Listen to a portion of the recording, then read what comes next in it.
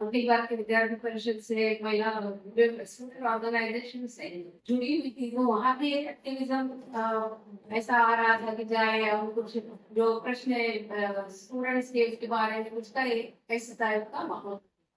और आगे चल के जब मैं मेरा अध्ययन पूरा समाप्त हो गया, मैं बैंक की जॉब में आ गई और उसके बाद में शादी वगैरह हो गई, बच्चा हो गए, तो जब आगे का मैं सोचने लगी तो मैं भारतीय स्त्री शक्ति इस महिला संगठन से जुड़ी। और ये संगठन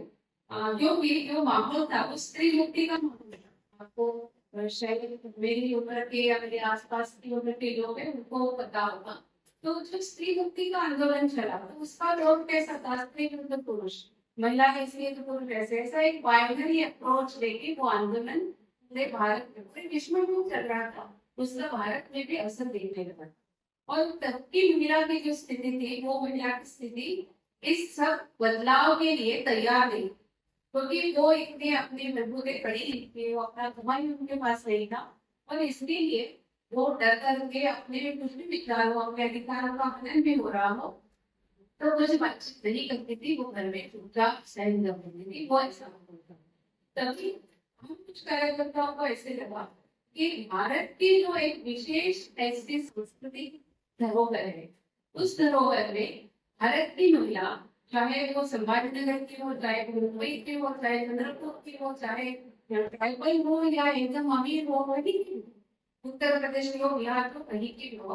अपने माहौल में अपने सांस्कृतिक धरोहर में जो बड़ी बड़ी महिला, चाहे उसका पूजा पद्धति कौन सी भी हो, धर्म कौन सा भी वो फॉलो करती हो, वो अपने परिवार के खिलाफ, अपने पति के खिलाफ, अपने बच्चों के खिलाफ, अपने अधिकार के वो मानती है, लेकिन उसके खिलाफ वो संघर्ष नहीं,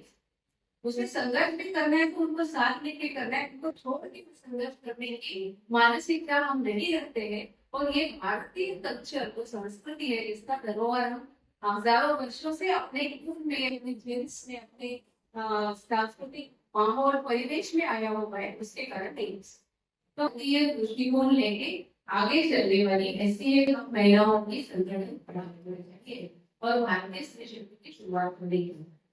जो भी कार्यक्रम हम लेते थे, जिस तरह की सैद्धांतिक भूमिका हम रखते थे, जिस तरह के विचार हम लोगों के सामने रखते थे, जिस तरह के आलेख हम लिखते थे, उसमें पूरा भारतीय दृष्टिकोण, भारतीय महिला की स्थिति के बारे में सोच, ये सब पूरी पनपती थी। और जैसे कि अमेरिकन महिला के कुछ प्रश्न है, अफ्रीकन महिला के है, अरब देशों के है और दुनिया भर की महिलाओं के कुछ प्रश्न समान है, लेकिन कुछ प्रश्न सांस्कृतिक है, वो भिन्न है। और अगर उन प्रश्नों का उत्तर हमें खोजना है तो वो हमारे अनुभव, संस्कृति और हमारा जो आकलन है उसके आधार पर ही हमें निकालने पड़ेंगे। अमेरिका की सोल्यूशन, यूरोप की सोल्यूशन भारतीय महिला के लिए लागू नहीं है, वैसी मानसिकता भी नहीं है, लेकिन उनका अपब्रिंगिंग किस तरह से हुआ है, जिन स्टीरियोटाइप्स में वो पले पड़े हैं, वो स्टीरियोटाइप कंटिन्यू, तो वो अगर कंटिन्यू होने वाले स्टीरियोटाइप्स को हमें खत्म करना है